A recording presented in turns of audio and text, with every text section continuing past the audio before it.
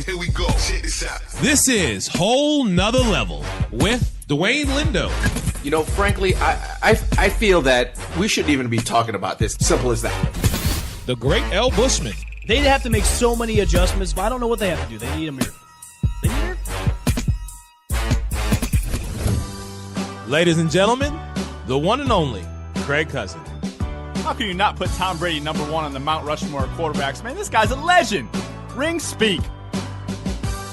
And Derek Wilson. I didn't know Eric was going to let you talk. Don't hate the player, hate the game. I've seen enough Facebook posts to know that you're not a Giants fan. Let's go.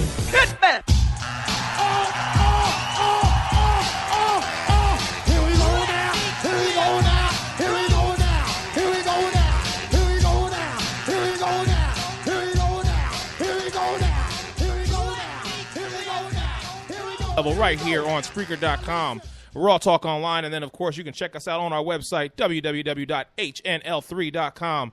I'm your man, Eric C. Wilson, back in the building, joined by the great L. Bushman. How you feeling today, my brother? I'm all right. All right, you're good for now. We'll got that. And, of course, I got my brother from another mother, and I love him like no other. You have the longest introduction, but I still love you. The factual Frank Mazzei. Frank, baby, what's going on? How are you, man? Not much. I appreciate that. Thank you, man. You're welcome. You're welcome. We do this every Tuesday night from 7 till whenever we say, all right, we're done. You check us out today. Also check us out on Saturdays live from 1 to 3, but whole nother level. And, gentlemen, you already know because you were with me last night. I'm in an awesome mood today. Can I say this real quick? Go ahead. Those were probably one of the best Philly cheesesteaks I've ever had. They were baby. Excellent. It was good, yes. Excellent. Hey, it's the least I can do for my boys. You know what I'm saying? Big shout out to the sports expert that he is, Dwayne Lindo, for coming by. And, of course, my man Lance LaRosa hanging out with me, another big-time Eagles fan. He's going to be with me, and I do my ROE, the recap of the Eagles, so be checking that out on the website. But whole nother level, and, gentlemen, you know where we got to start. Last night, we all saw it. History was made in the NFL. A rookie quarterback, wears number 11, goes by the name of one Mr. Carson Wentz. 2-0, no interceptions. Put up 29 points last week on Cleveland. Put up 29 points last night against a Chicago Bears team. So I'm going to start the conversation with y'all and say to you what you've seen so far. How do you feel not only about Carson Wentz, but how do you feel about the NFC East as a whole right now? Well, for me, the NFC East, it's wide open. Any team can win that division now. And after seeing, and look, I'm on record, I would have taken Carson Wentz over Jared Goff. I liked him better just because North Dakota State, laugh as much as you want, they just beat Iowa. They ran an NFL pro-style offense. He had to read defenses. He had to do things that Jared Goff didn't have to do in that air raid spread, just throw the ball down the field kind of deep offense. So I liked him better. I liked his size. They compared him to Ben Roethlisberger. I mean, that was all the comparisons basically because he's legitimately about as tall, just a little, I think weighs just a little bit under what Ben does. But actually, I think him and Ben are very close. We touched on this last night when we were talking during the game. Both guys are about 6'4". I think Roethlisberger's got about maybe 4 or 5 pounds over Carson Wentz, but same build, same stature. He's mobile. He can run. He can throw the ball. And what this shows is that he's smart with the ball. Yes. No interceptions for a rookie quarterback in 2 games, even though it was against the Browns and the Bears. I mean, you know that they were going to show different schemes, different blitzes to try and confuse him. And the fact that, look, his numbers last night, I mean, they weren't like Drew Brees-like or anything. They were judicious. Right. They were respectable. Yes, exactly. Yeah. For a rookie quarterback, they were what I consider to be, they were above 500. They were above par. To come out and play like he did, having the mobility. And the one thing you mentioned, Les, that I didn't even realize, Frank, his stance. His stance when he's delivering the ball. In the past, we've seen quarterbacks who are throwing off the wrong foot. Carson Wentz, when he throws the ball, that man he's pocket ready. And I was watching, when he was in Gruden's camp, they had a drill where you hold on to the ball with both hands and they hit you with a noodle. And I like that because what that was showing is Carson Wentz understands this game. To me, here's a guy who was built for not only football, but built for the NFL. I'm just fortunate enough to say that he is currently my quarterback. So. What I got from last night was, and I'm going to eat my words, is, in agreeing with Frank, is it's wide open right now. I think the only weakest link in that division is Washington.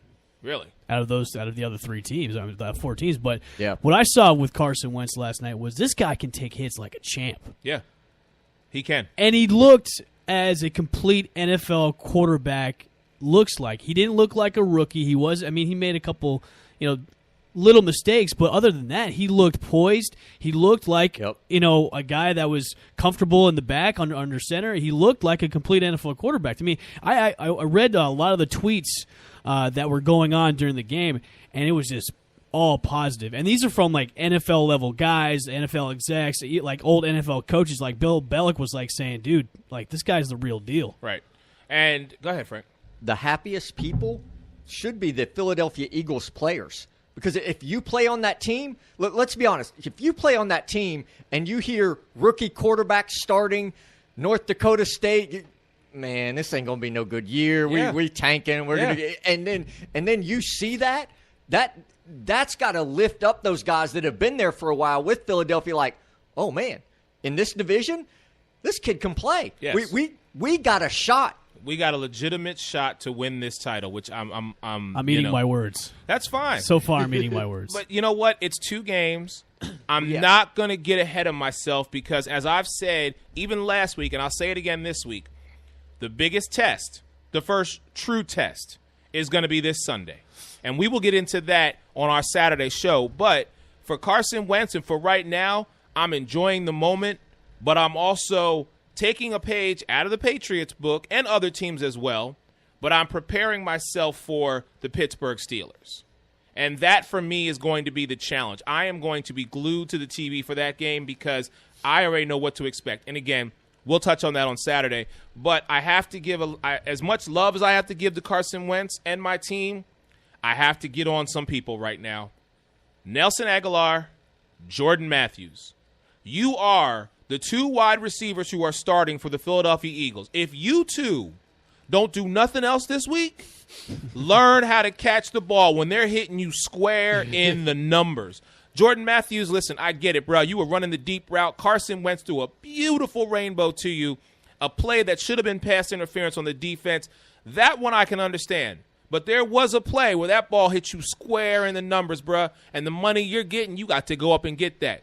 Now, what I'll say for you, I'll also say for Nelson Aguilar. Again, too many drop passes. The past 2 weeks, Aguilar, you have not shown why you are the number 1 wide receiver on this team. I need to see more from both of them. I got more production out of Dorial Green-Beckham. I got more production out of Ryan Matthews, who's staying healthy. Knock on wood. I mean, thank God for small favors. Darren Sproles being as elusive as he is.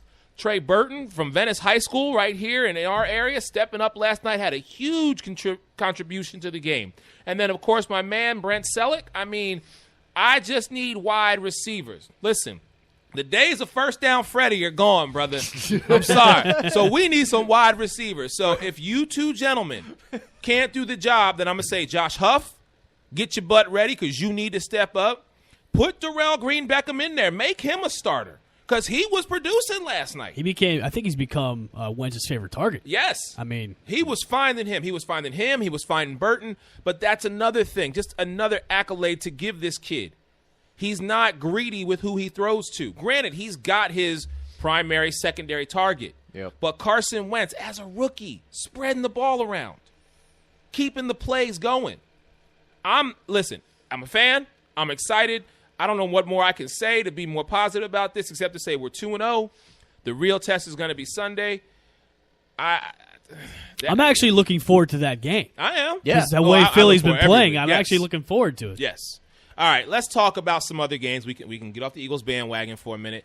Frank, I got to ask you, man. 1-1 Dallas Cowboys. In my opinion, and you know I'm not a Cowboy. I'm a Cowboy hater all day long. My opinion, they should be 2-0. Moving forward, though, can we honestly say that now the proverbial monkey is off the shoulders of the Dallas Cowboys? Because they won a game without Tony Romo.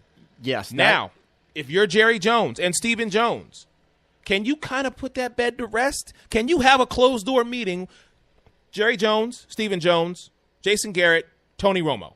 Let's just the four of them go and talk. And they say to Tony, bruh, you just need to finish this season on the bench. If we need you, we'll bring you in. But your health is too damn important.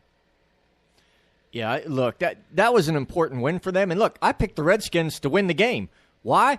Because they hadn't won a game without Tony Romo ever. I mean, I don't think last year, or at least all of last year. So until they did, I couldn't pick them, just, in good conscience. So that was, even for the players, to get that monkey off their back, because now they know. And look, Washington had every reason to win that game. They did. I mean, their quarterback is pretty much why they didn't win it. But credit to Dak Prescott, he played a decent game. He actually threw some passes, so people have to respect that he can actually throw the ball now, so they can't crowd the box all the time on Ezekiel Elliott and everybody. So, I mean, just that alone, just getting that win without Tony Romo, I think is huge going forward for the Cowboys. 813-699-5353 is a number to call in. Let us hear your thoughts and opinions on how you feel about some of the games. We'll definitely touch on them. We're going to run down a couple of them. But, Great Al Bushman, let me hear from you. Looking at that game, the Dallas-Washington game, are you now more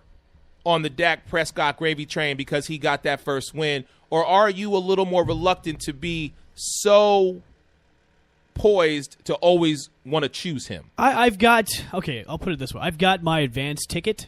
I just haven't gone yet. Okay. Because what I saw from that game was much improved. And that's what you want to see out of a rookie core like that. Zeke was running really good routes, and Prescott was looking more poised behind center. So I saw improvement. So I'm getting there. I think this is going to be a really good Dallas team this year. And like I said before, I think you're going to maybe – I know it's only week 2. With all the mistakes that Kirk Cousins was making yesterday was, I think Washington might be regressing this year, and those other 3 teams might be progressing. And you know what? In a division that's completely up for grabs, whereas last year the Eagles, the Giants, and the Cowboys basically did not want to win a game, and the Washington Redskins just said, okay, no one else is going to take it, so we might as well. But now this year, Kirk Cousins, a man who has bet on himself, he's got all his weapons. He's got Deshaun Jackson. He's got Pierre Garçon. He's got Jordan Reed. Scott McCloughan went out and brought in Josh Norman, who I think has become more of a basket case and a head case for that organization rather than being a positive impact. This is a guy who said, I want to go play for a team who I know is going to be in contention, and I disapproved that from jump. I said, no, you just want to face Odell Beckham twice a year because it's going to be a marquee matchup, and it's going to draw numbers, and it's going to draw ratings because people want to see it. What he did not bank on is the fact that this ain't Carolina, okay? This isn't the NFC South. It's not. You can't just run ruckshot however, wherever, and anywhere you want to. Now you're playing in a division where you going to get beat up on both sides of the ball. So if you don't come in mentally prepared, people can call it the NFC least. I'm saying we're going back to be the NFC beast. And for me right now, I'm excited about these division games. Not just my own, but I'm excited for the rest because I want to see how Prescott's going to fare. I want to see if, in fact, this is the farewell tour of Eli Manning. What is he going to do? I mean, listen, Victor Cruz, 2 games, he showed up. OBJ, necessary. Now they got this kid, Sterling Shepard. 2. Yeah, My goodness. Yeah. Dude, as a rookie? Yeah, I mean, exactly. If you don't have him on fantasy, Sterling Shepard's a name you need to realize, people. L. Bushman, can we talk about it, or should I save it for a little bit later? We might as well just get it out. Okay, I have to ask the question because you know me. There's going to be a week where I'm going to sit here and be like, no, I don't want to talk about it. But No, we can talk about it. I'm okay now. Okay. just rip the Band-Aid off. Yes, it's off. I mean, the weekend I had was pretty bad. Yeah. I mean, Florida State getting their butts whooped. And then to follow suit, Tampa Bay, Jameis Winston, in what I will consider to be probably his worst game. Yeah, and you could call up with it. Look, I mean, I watched the whole game, and I just saw a Tampa Bay team that was unprepared. Okay? And what I saw out of Arizona was, we ain't going to get beat twice in our house. Okay? They were firing on all cylinders. And, looking at Jameis' performance, throwing passes that weren't even near their receivers. I mean, they try. I know Vincent Jackson and him tried to exploit that rookie corner they did. They tried to, but it failed. And Patrick Peterson was all over Mike Evans except for one touchdown that they had. I mean, and then Doug Martin goes down with a hamstring injury. We don't know how long that's going to be. Robert Ayers goes down. So a lot of factors were coming out of that game. I mean, what I saw was just an unprepared. And look, every quarterback's going to have a lousy game. Yeah. I say you have a lousy game in the early of the season instead of later in the season. So I agree. get it out of the way. You're coming back home. Okay. Your home opener. Your home openers this weekend. You're going to be fresh. I think they're going to do okay. They're going to get that off the mic. Look, Jameis is a quarterback where he's now mentally prepared to take these kinds of losses because when he was in Florida State, what was losing? They didn't know anything about that. Right. So losses like that, we're going to see how he's going to react to that. I think he's going to react pretty well, just to bounce back. You're at home, you got the home crown with you. It's the home opener. I think Tampa Bay is going to do well this week. But yeah, I mean, it was just a terrible, terrible game. I mean, to lose that bad. I mean, of course you're going up against a great Arizona team. Right. So, sticking in that division, let me ask y'all a question. What is going on with Seattle? I mean, first off, your home opener, you almost lose to Miami. Yep. If it wasn't for Kenny Stills dropping that ball, you would have lost that game. Your home opener. This is the 12. You know what I'm saying? These are stadiums where if you're the Seattle Seahawks, you don't lose. But can you say is there a cause for concern because Seattle does this every year? They start slow, and then all of a sudden they come out of nowhere. I'm just 12-10, and then to lose to a divisional opponent 9-3, a team that hasn't scored a touchdown in the first 2 games. If I'm Pete Carroll, I'm not pushing the panic button just yet. It's 2 games. I'm not pushing it either, but I'm saying right now there is a slight cause for concern. I think what was it? I didn't have Russell Wilson get hurt during the game too. He got hurt week 1, and then he came out and played yesterday, and I still don't know how bad the ankle is, if it's gotten worse, if he suffered another injury, but it's the Seattle Seahawks. Right, and they're getting it done on defense. Just the offense has been anemic. The run game's a little banged up right now. I mean, Thomas Rawls hasn't been what he used to be. And Christine Michael, who I thought was going to be a good dark horse pick in fantasy, has done nothing. Right. So he's been riding my bench. Yeah, so I say they're going to start off slow, but they'll probably be back in the playoffs. So I'm not going to hit the button yet. I mean, they lost Russell Okung as their left tackle, who was a number 1 draft pick just a few years ago. So right. that offensive line is not, I don't think, what it used to be. Here's what concerns me about Seattle, and it's not the defense. Their offensive coordinator, Darrell Bevell, he was Brett Favre's offensive coordinator, I believe, everywhere that he was. To where I even think that he was in Minnesota when Favre was in Minnesota from Green Bay. Now, if Brett Favre is your quarterback, that can cover up for a lot of your – I'm not saying that he's not good. Right. I'm just saying a really good quarterback could make an offensive coordinator look maybe like a head coach. A little better than what he is. And to have Jimmy Graham on that team and not really know what to do with him is – because we know what he can do, or at least – we know what he's capable of, right, and what we've seen him do under somebody like a Sean Payton. And that's what concerns me about Seattle is that, offensively, the creativity, where is it? I mean, the defense is legitimate. Yes. But, man, offensively, nobody's afraid of your offense. No. And that's the thing that's going to be, I think, the difference maker moving forward. Now, you're right. El Bushman, you're absolutely right. It's 2 games. Let's not put the cart before the horse. There is no real cause for concern. I'm just saying it's slightly there based on what I've seen. You have 2 low-scoring games. You lost to a divisional opponent who hasn't scored a touchdown. You let field goals beat you. And for me, as just a fan of the game and as a fan of Russell Wilson and the whole LOB, and I love the Seahawks, I'm asking the question right now. I'm not hitting the panic button, but I'm saying, where are you guys? Yeah. Where's the LOB? Where's the mantra? Where's the charisma? Where's the swagger? Where is that? Now, they could totally shut me up next week and be like, okay, here we are. Now, granted, they're playing the 49ers, but yet it's another division game. And the 49ers, and we'll touch on them when we come back from break, they had a solid game against Carolina. So let's talk about that when we come back from break. You are listening to us, Whole Nother Level, right here on Spreaker.com, Raw Talk Online, and, of course, www.HNL3.com. We'll be right back. And welcome back to Whole Nother Level right here on Spreaker.com, Raw Talk Online, and then, of course, HNL3.com. Before we left, we said we were going to talk about San Francisco. You know what? They are, in fact, 1-1, a team that we all predicted was maybe only going to have 5 wins. They played Carolina decent.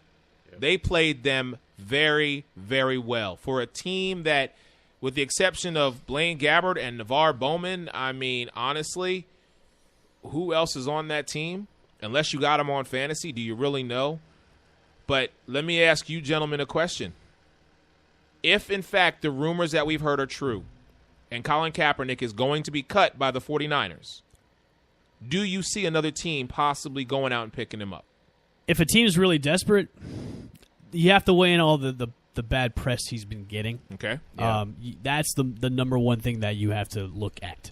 I'm sure maybe a team like Cleveland might be inquiring because they don't really have anything left. They got Cody Kessler right now. But if you're an NFL GM and an owner, do you want that in your stadium? Do you want all that negative press? I mean, that's what you have to really look at because now he hasn't played in, a year? No, you're right. He hasn't. So you don't know what kind of Kaepernick you're going to get. Right. Pittsburgh Steelers. Sign Colin Kaepernick. Just so James Harrison can break Exactly. That's exactly. so James Harrison can break one of his legs. Because you know exactly what James will be like. Dude, what's up, bro? What's wrong with them legs? What's up, bro? I'll give you yeah, like my mama used to say, you crying, I'll give you a reason to cry. I mean, if he's cut, like I said, you'd have to take in not as his playing ability, which we all know he's capable of being a good quarterback. Yes. Is you have to put in that. What is he currently doing that's distracting? Is that? I got you. So let me ask you gentlemen a question. Our man Zach Davis chiming in with her on Facebook Live. He said, all right, gentlemen, who's better under center? Julian Edelman or Jay Cutler? To me right now, it's Julian Edelman. All right. I'm going to have to, and this pains me to say this, I'm actually agreeing with Stephen A. Smith. Wow. From what he said today. Big news. I mean, he had some good points about him. Wasted talent. Mm-hmm. Yes. Wasted talent. This guy is getting paid astronomical money, and he's just a dumb, smart quarterback. $126 million? Oh, yeah, $127 million. It's insane. I mean, look, it's easy to pile on Jay Cutler. Look, if I'm a Niners fan, 28 points in your first game? Granted, it was the Rams, but right. the Rams have a good defense. I mean, they actually can hold teams. And then 27 against Carolina.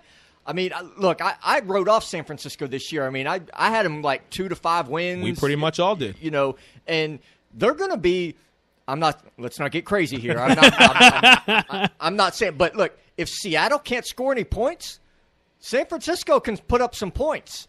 And as good as that defense is, it still gets tired if it's going to be out on the field all game long. Look, Jay Cutler, man, dude, if he has nobody questions his talent right. or his abilities. That's what makes it so frustrating, unforgivable, egregious. Is that he has all the tools that you would want in a quarterback. Vanderbilt, you know he's smart. You know he's not a dummy, even right. though he is. His arm is big time. He can run. He can do everything that you want. But it's like, dude, you don't the work ethic, the heart, the passion. Where's right the there. fire? I mean, that's the word right there. It's hard to watch. He has no heart, none. To have all the talent in the world and to be, I'm scared, and I'm going to use one of Stephen A's lines when I refer to Jay Cutler. Jay Cutler is not the walking piece of mediocrity. He is the epitome of mediocrity, and probably less than that. I won't go so far as Stephen A called him an abomination. I won't go that far, but he damn near close to it, because to come out on your home opener, yeah.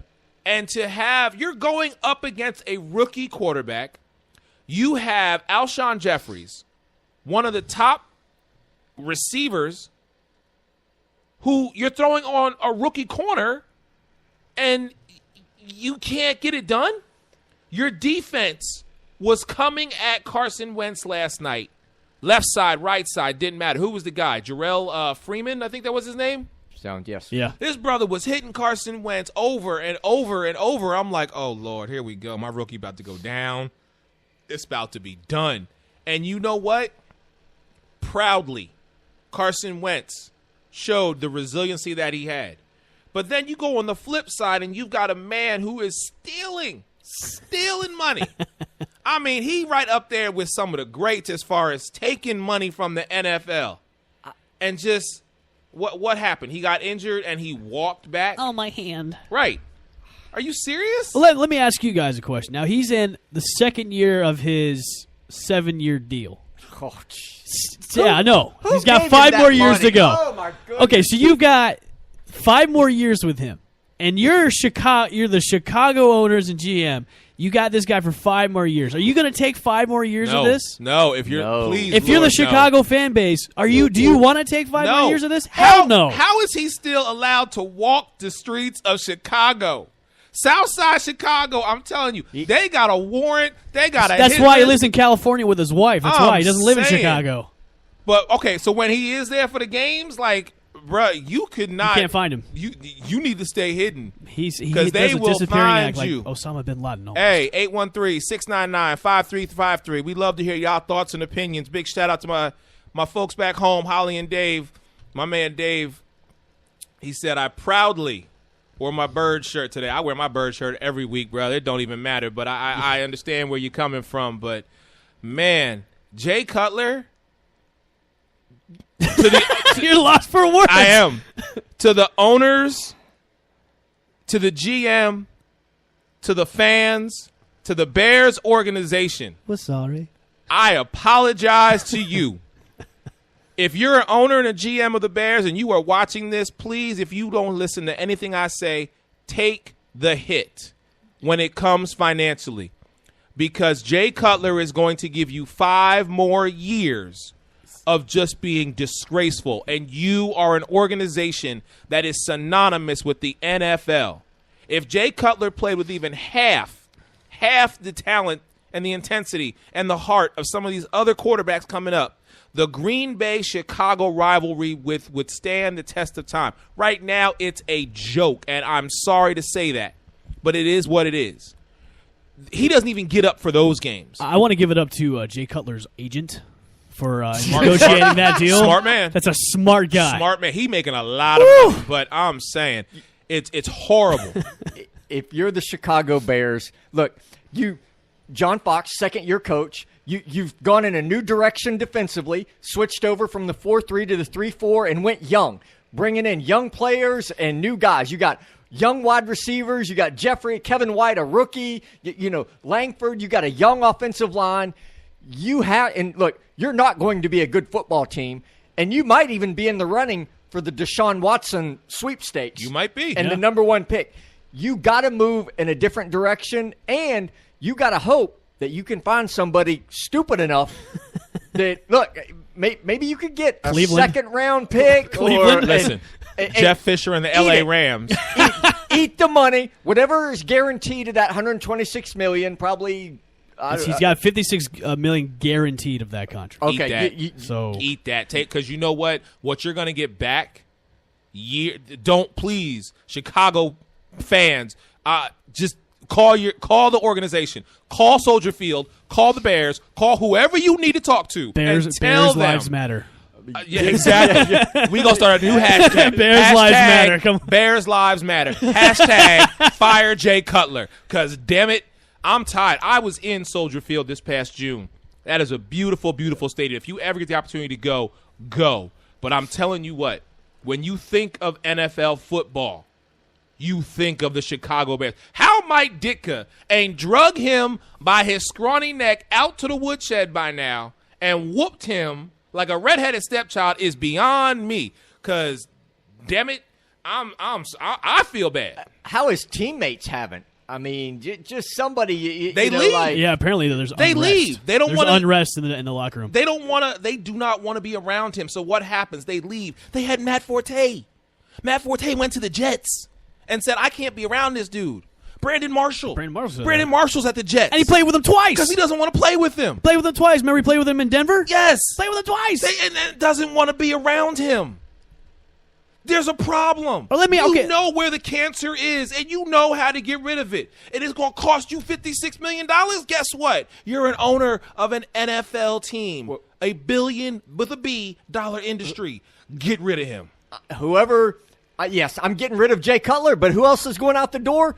Whoever gave him that money. Damn right. The GM. I mean, look, that's got to be the general manager, and I don't know who Chicago's GM is. I know he's fairly new there because he's the one that hired John Fox. But dude, that's unforgivable. I mean, you got to go. Going back to that question, if you are a team that's willing to eat that, what team would be interested? And then going back to the LA thing, that might be a perfect fit. His wife lives out there. They live out there in the off season. That'd be a perfect fit. Yes. Jared Goff, I feel for you, brother, but right now, Case Keenum is not the answer. You need to get your shot, and I really, really hope you do. But what I'm saying to you is Jeff Fisher has done some boneheaded moves. This might actually be the smartest thing he does if he brings in Cutler to play in L.A. Maybe Cutler needs a change of scenery, a change of environment. Maybe that's what he needs. I'm saying I hope, because you're a talented individual. You just have no heart. He needs a change of personality. I don't know that it's. I mean, look, Chip Kelly. I mean, look, Cutler. As bad as I'd take him over Blaine Gabbert. Yeah, I would too. But Barely. I would do it based on talent alone. Yeah. Blaine Gabbert's got more heart than Jay Cutler. I'm just saying. I know that's a hard pill to swallow, but look at it. You just said it yourself. Blaine Gabbert went out there in 2 weeks with the San Francisco 49ers and put up 55 points. You beat a divisional opponent opening night, 28-0, 28-0. And then you gave the reigning NFC champs until the last 7 minutes of the game, you gave them a run for their money and told Carolina, no. You ain't going to just come in here and punk us. We understand it's your home opener, and you got beat by the defending champs on opening night. So you got some get back. But we're not just going to lay down and take this. I mean, quote CeCe, come on, man. Really? Blaine Gabbert's grateful and thankful to be in the NFL and to even have a job, let alone being a starter. He should be down on his knees every day just being thankful to be the backup. I think he thanks Colin Kaepernick every day. Yes, He does. Please keep pissing off everybody. Right, yes, please. because that just gave me a job. But he's also showing that this is his opportunity. Oh, yeah. And what is he doing? With Carlos Hyde as his running back, he's producing. Whereas Jay Cutler's more like, I belong in the NFL. I mean, I've got my money. Be a starter. Yeah, I mean, got my hot wife. Yep. So let's talk about another team, a team that they got a short week this week, and we don't know who the starting quarterback is going to be because during the break, we got a stream saying that the Patriots organization is actually pushing for Jimmy Garoppolo to start Thursday night against Houston. And again, the number 813-699-5353. Call in. We love to hear your thought and opinion about this. But the Patriots against the Dolphins. Now, that was a game once Jimmy Garoppolo went out. But give credit, Jacoby Brissett. This brother came in and he managed the game. They were up, and he didn't turn it over, but he did what he had to do to get the win. So now he's poised to start with a very limited playbook because he's the third string. So what do we see? Is Jacoby Brissett, do you think he's going to get the start based on what we've heard over the break? Or do you feel like they're going to push Garoppolo to where he's going to get re-injured and then be out for the season? Let me ask you gentlemen that. If this rumor is true, I mean, we don't know. Right, you're right. If it's true, it's a dumb move. I mean, why try and re-injure probably the heir to the throne of Tom Brady once he leaves? I mean, so far we've shown that the Patriots can make a star out of anybody. This is very true, and they've done it at every position. And with enough weapons with him to have, he's sitting pretty right now. And he was a pretty good quarterback at NC State in college. Okay, all he has to do is time management. He's got Edelman, he's got Amendola, he's got Bennett, who surprised everybody for catching more than 3 balls on Sunday, and he's got a good backfield with Blunt. He's got a good cast of guys around him to score. So with them trying to rush him out, and we don't know if it's true or not, saying, "Oh, Tom Brady played with this injury," it's irresponsible. Okay, it's irresponsible. I think you need to run with Jacoby. New England's got to remember, in one more game after this one, Tom Brady's back. That's it. So you can maybe take a loss, okay, and go 3-1 before Brady comes back. Why not? It's the New England Patriots. Yeah, I know. They've got something to prove. But you want to know who's the most pissed off right now? Roger Goodell, boy. Roger Goodell every Monday morning is walking into the office like, what do I need to do to beat the Patriots? I took away their quarterback. Their tight end, number 1 tight end, got hurt. So then they got Jimmy Garoppolo. He comes out, and he beats Arizona. Then he goes down. Now Jacoby Brissett comes in, and they beat the Dolphins. It's like, what more do I need? It's like he's trying to find a reason for the Patriots. Roger Goodell will not be happy until the Patriots lose. And if Jacoby Brissett could be successful Thursday night, and then Jimmy Garoppolo comes out for Game 4, and the Patriots go 4-0, Roger Goodell, just shine that trophy, boy, because you're going to be handing it to New England. I'm just going to call it. I've been calling it the preseason. I've been calling it since this whole thing went down. I'm just going to let you know. It's going to be over. Yeah, my boy Dave Kaminsky said it best. Patriots are looking to go 4-0 so Brady can come back and completely embarrass Goodell. That is it right there. That's the nail in the coffin. And I've said it once. I'll say it again. When it happens, Roger Goodell, you better man up, walk that aisle, and hand Robert Kraft, Bill Belichick, Tom Brady, and the New England Patriots organization that trophy. Because if you don't, you will be the biggest disgrace in the NFL. More so than Jay Cutler. I'm just going to call it like I see it. But, oh, my goodness. All right, let's see. What else we got on tap here? Should we get into the Thursday night game? Let's have our picks for that. Oh, yeah, we still got to do that. Yeah, they're playing the Texans. Wow. Short week for both teams. Brock Osweiler coming into Gillette Stadium. He knows this New England defense. He played them last year. So, what do you gentlemen think? I've been going back and forth on this game all because, look, I can't believe the New England injury report. I mean, that means absolutely nothing to me. I mean, I can't take that seriously at all, no matter what they say about Garoppolo, Brissett, Brady. I mean, look, there could be somebody else that they run out there, and I would not be surprised. So whatever Bill Belichick says about Garoppolo's health, his shoulder, to me is completely irrelevant. I'll see it when the game actually happens. It's hard to pick against New England in Foxborough. I mean, regardless of who's quarterback, who's out, Ninkovich, their best pass rusher, is not going to play. I mean, man. But the Dolphins put up 24 points on them. I don't think much of Ryan Tannehill. I don't think of much of Brock Osweiler, but I think he's better than Ryan Tannehill. I'd take him. And DeAndre Hopkins and Will Fuller are better than what Miami's running out there with Kenny Still and Jamar Landry, my opinion. Okay. So New England's defense is going to have their work cut out for them. The Texans' defense has actually been pretty legitimate against some pretty legitimate teams. Yeah. Although, granted, they played the Bears week 1, so I mean, I'm not going to get too excited. But the Chiefs can put up some points. Alex Smith is decent. They have some weapons. So this is a back and forth. Speaking as somebody that has 2 Texan wide receivers in their fantasy, I've been running out DeAndre Hopkins and Will Fuller, and they've been good to me so far. This game, man, I'm still debating on whether or not I'm going to run both of them out there because, look, I believe in New England. I believe in Bill Belichick, okay. I should say. It's all right. Not so much the Patriots.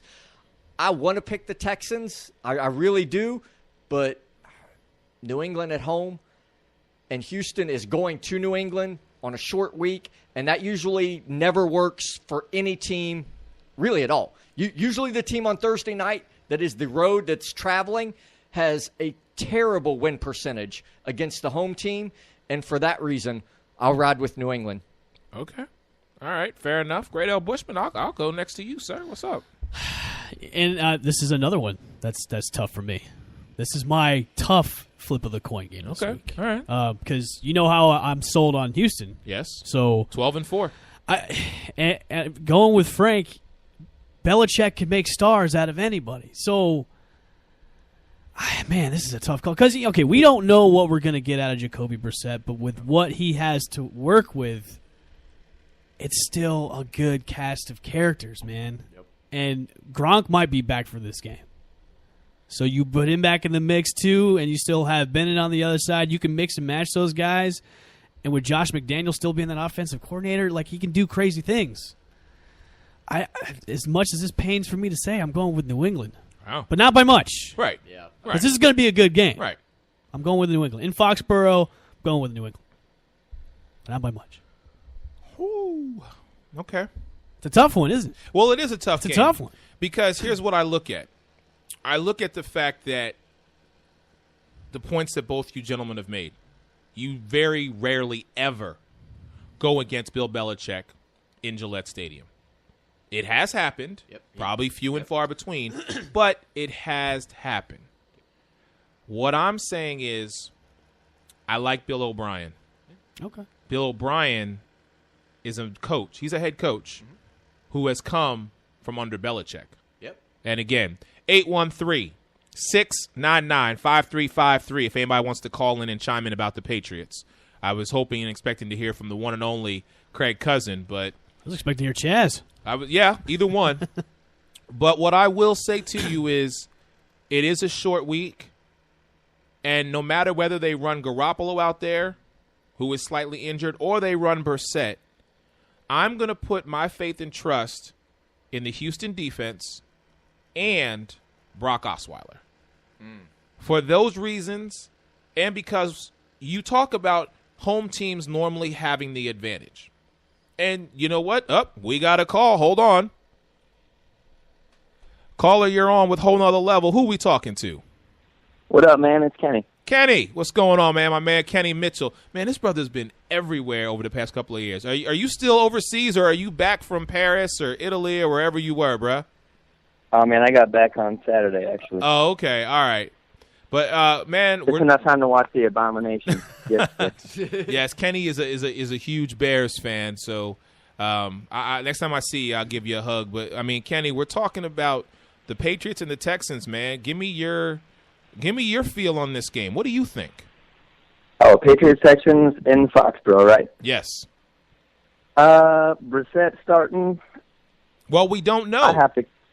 I mean, I think Brissett's going to start. I mean, how can you push that man to start after 4 days with what's you got, a shoulder contusion? Yeah. His throwing shoulder. I've got to take Bill O'Brien and that monster defense against the Patriots, with a third-string quarterback. I just can't see Garoppolo playing. And if he does play, he's playing at 50%. Right. Maybe 65%. But you can't expect that man to do that. And, yeah, they can hand the ball off to LeGarrette Blount all day long. But just against that front, I don't think it's going to matter that much. So. All right. Man, you've been chiming at me on Facebook, so I'm going to let you have your moment and kind of give you the spotlight. Talk to me about what you want. About your quarterback, man, or your soon-to-be ex-quarterback. Because go ahead, bro. Look, man. The floor is yours. Your Eagles all day, every day. You'll back your team, right? Right. No matter who you got at quarterback. You had Michael Vick. He was horrible towards the end, but you still backed him up, right? Yes. I still got to back my boy up. I still will, all day, every day. Until he's done in Chicago, until he's not there anymore, I will back him up 100%. And the one thing is that the fans of Chicago are so two-faced, and they have been for years. You can't give that man any respect, because last night, say, he got hurt, okay? All right. He got hurt and on his thumb, whatever it was. They said it was from week 1. So if the man comes out just like he did, and he doesn't play, he's criticized. He goes back in, he plays the series, he hurts it worse, he's still criticized. It does not matter one bit in Chicago. They want to win. They think they thought he was a savior, but maybe he's not. Obviously now he's not. In everyone else's eyes. And even if he would come back 100%, they're still going to throw him to the wolves all day long, every day. Okay. All right, my brother. Well, I appreciate you chiming in, man. Good talking to Thanks, you. brother. We definitely got to get up soon and hang out. And, man, anytime you need somebody to carry your luggage when you be traveling, bro, let me know. I'll go with you. Whatever you want, bro. All right, I'll Bears talk to all you day, soon. every day. I'll see you later. All right. That's my man, Kenny Mitchell, man. Good guy, man. I love this guy. But, okay. So he said it best. Is he one of the few Chicago fans that feel that way? I don't know. Because, I'm not a Chicago fan by any means, but isn't enough? Do you really want to have 5 more years of this? Listen. That's like a bad marriage. Yes. You want 5 more years of a bad marriage? Sometimes people go through it, though. You got to go through the dirt. You got to go through the mud. You got to go through it all to come out clean on the other side. And maybe this is what it takes for the Bears to finally realize, listen, we're going to go through this because we signed on to go through this. We'll stay together because of the kids. But, man, it remains to be seen. So, shout out to my girl Kim Saunders calling in. I know she's a big Pittsburgh fan, so Kim, I wish you the best of luck on Sunday. It is going to be a true test for my Philadelphia Eagles, and we'll talk about more of that on our Saturday show, but just wanted to chime about that. But, again, I will go back to I'm going to put more stock this week in J.J. Watt and Brock Osweiler and Bill O'Brien beating very closely. And I say it's a 1-point differential game. I say it comes down to a field goal. I'm going to say 28-27. Something crazy is going to happen. But I'm saying that the Houston Texans will give the New England Patriots their first loss on Sunday. It remains to be seen. On Thursday. It remains to be seen, and if I'm wrong, listen, when we talk about it on Saturday, I'll be the first one to come out of my mouth and say I'm not shocked or surprised by it. Either way, I'm not going to be shocked or surprised. No, this is going to be a really great game. All right, gentlemen, let's take one more break. When we come back, I got a couple questions I want to ask you guys before we ride out of here tonight. So you are listening to us, Whole Nother Level, Spreaker.com, Raw Talk Online, HNL3.com. We'll be right back. And welcome back to Whole Nother Level right here on Spreaker.com, Raw Talk Online, and also HNL3.com. All right, gentlemen, so I want to ask y'all a question. Looking at the teams right now that are currently 0-2, and we're going to run down the list, I want you to tell me who you potentially could see as still making a run and having a bounce-back season. Yes. So here we go.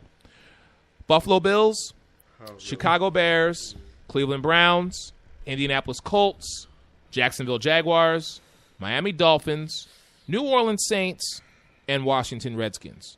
All those teams are currently 0-2. Out of those 8 teams, can you see any of those teams coming back and having a bounce-back season? I have 2. Okay. I've got Washington and the Saints. Wow. Yeah. All right. Well, you got to defend that one because that's your division with the Saints. Yeah, well, I don't see them winning a lot. Right. With the Saints, I see them going at least 5 or 6 games. Okay. With Washington, I think it's just a bad couple of games, but I have them maybe going 8-8. All right. Okay. The rest of those teams, no. Cleveland, Miami, no. Even with Adam Gase as the head coach. No, I just don't see it. And with Jacksonville, I'm really surprised they're 0-2. With you can keep up with Green Bay, and then I want Jacksonville to be good, but I don't see it. I just think they're going to be the Jacksonville Jaguars we always know. Okay, Frank, what about you? No. None of them. None of them. Wow. Not even one. I mean, look, if you're a fan of those teams, I mean, damn, I'm sorry.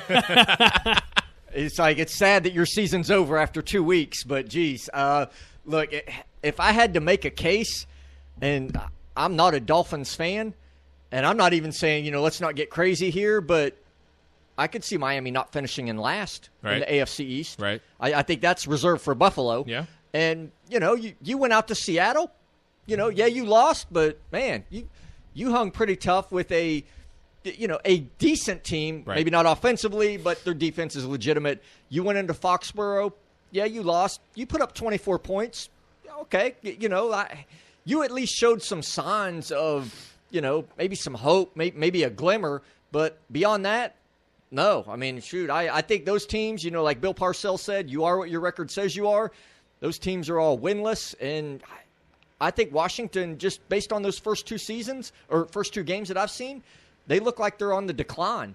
And it's sad to say that in that division because it's still up for grabs for anybody. Right. But based on what I've seen from the other teams, I've seen improvement from the Giants, the Eagles, and the Cowboys.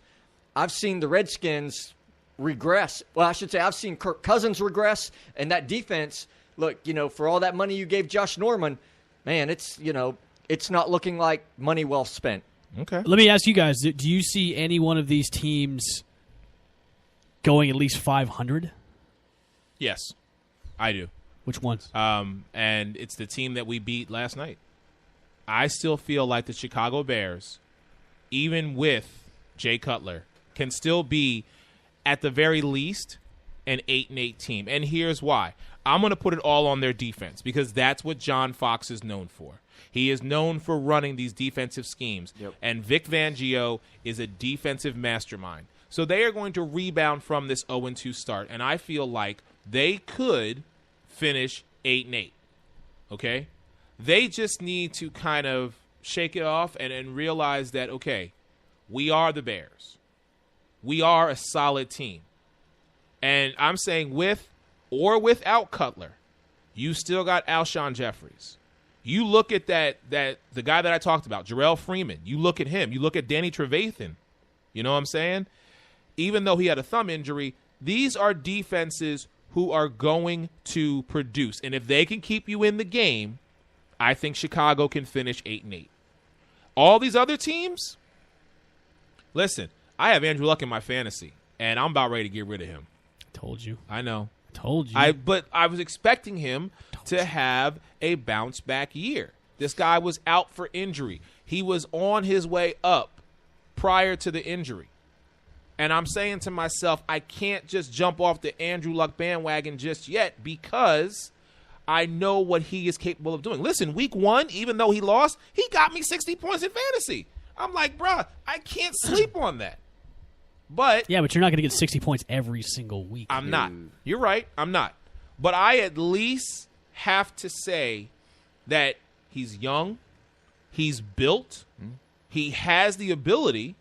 He just needs weapons. And I think that's the downfall. He doesn't have that many weapons. Now, he has Moncrief, right? He's got T.Y. He's got T.Y. The thing he needs the most is a better offensive line to protect him. Right. A running back. Yeah. Yes. That too. I finally have to put the rest of the fact that I told you. Frank Gore is just not the Frank Gore that we know and remember.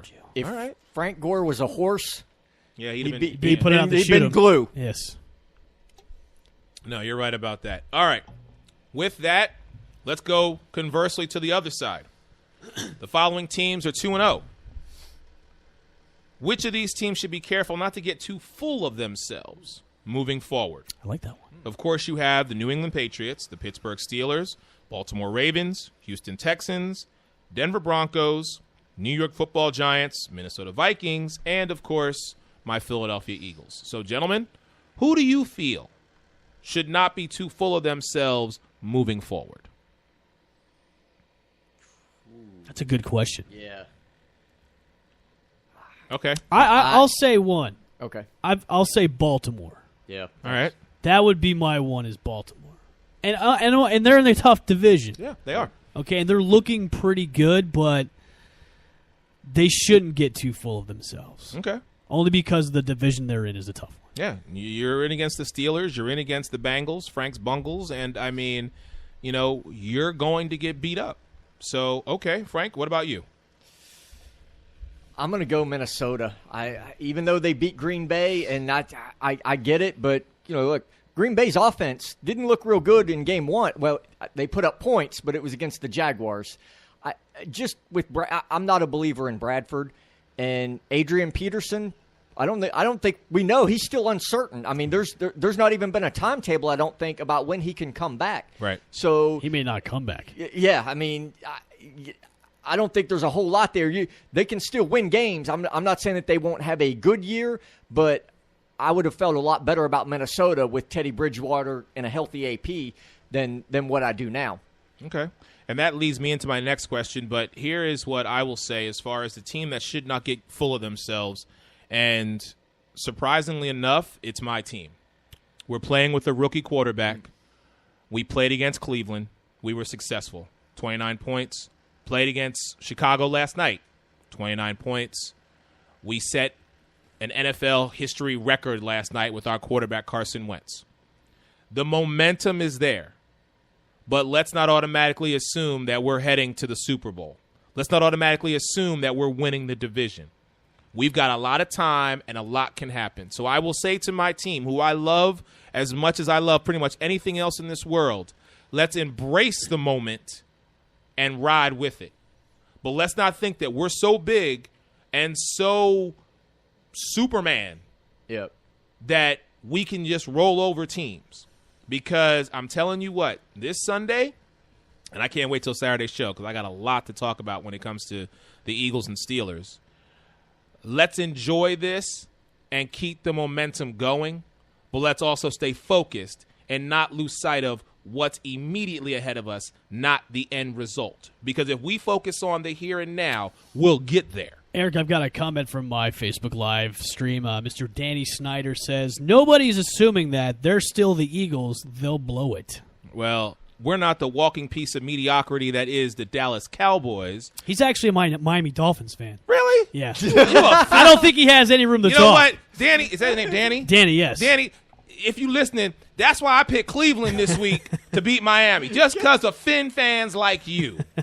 Go ahead, Frank. Can I throw out a 1-1 team that I slept on? And I'm not saying, let's not get crazy here and say Super Bowl, but I think the Titans actually might have a good year.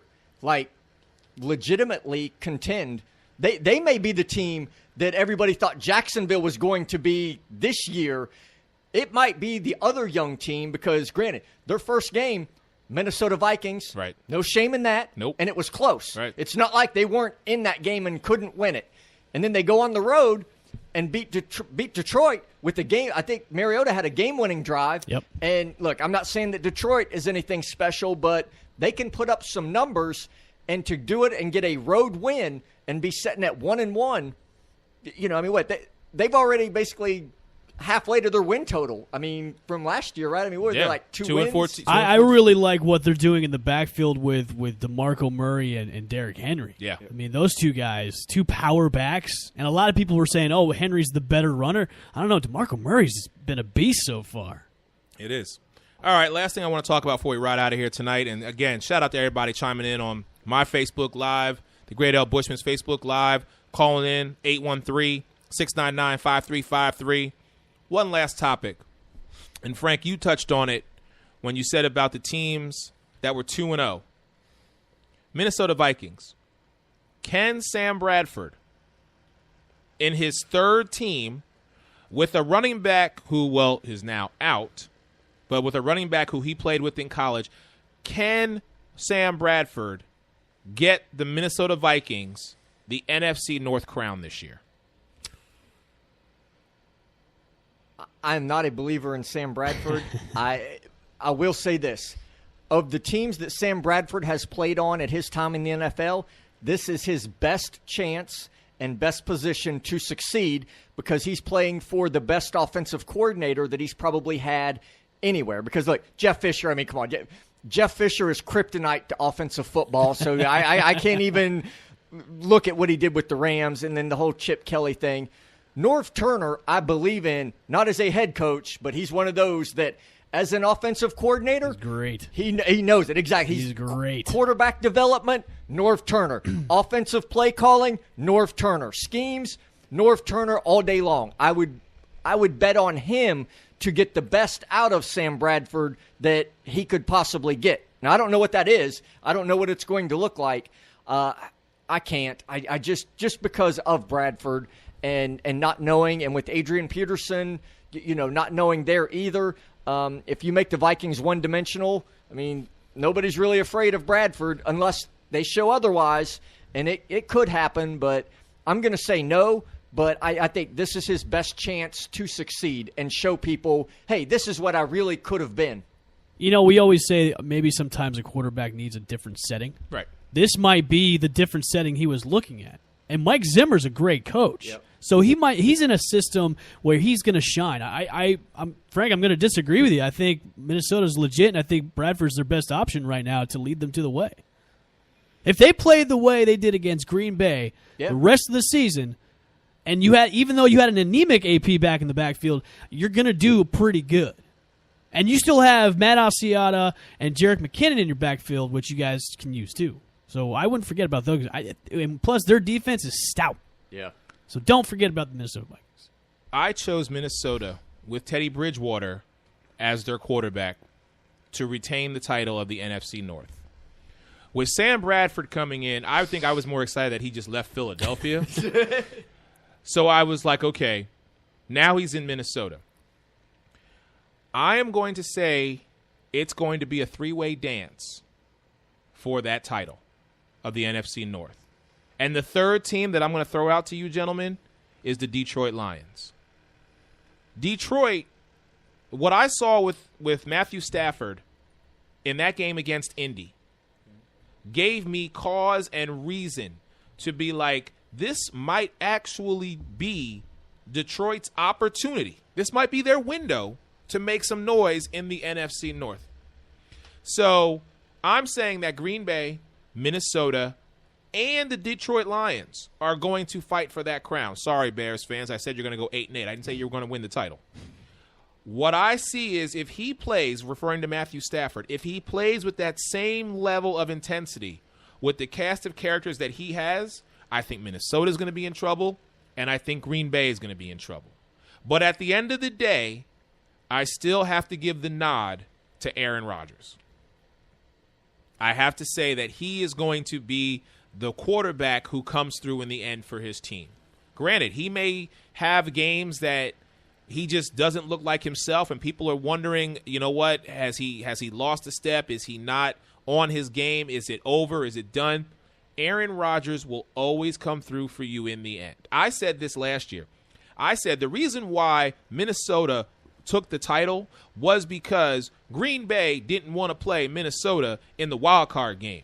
They wanted to play Washington to give them a better opportunity to get further along in the postseason. And that's just Aaron Rodgers being smart.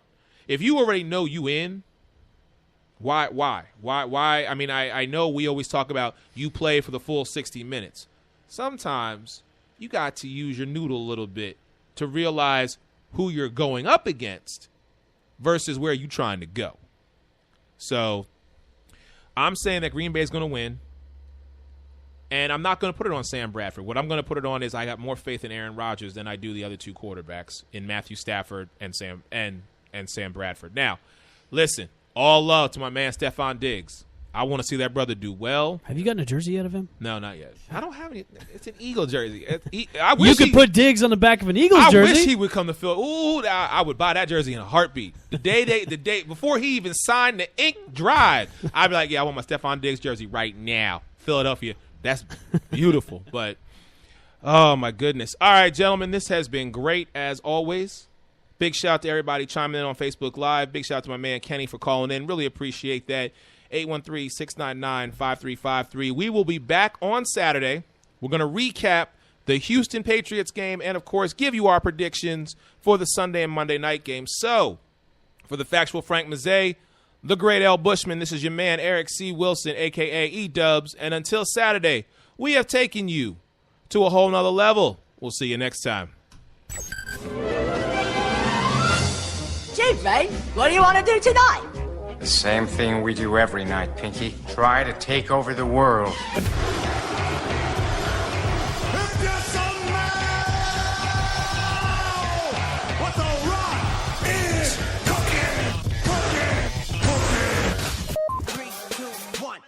Autobots, transform.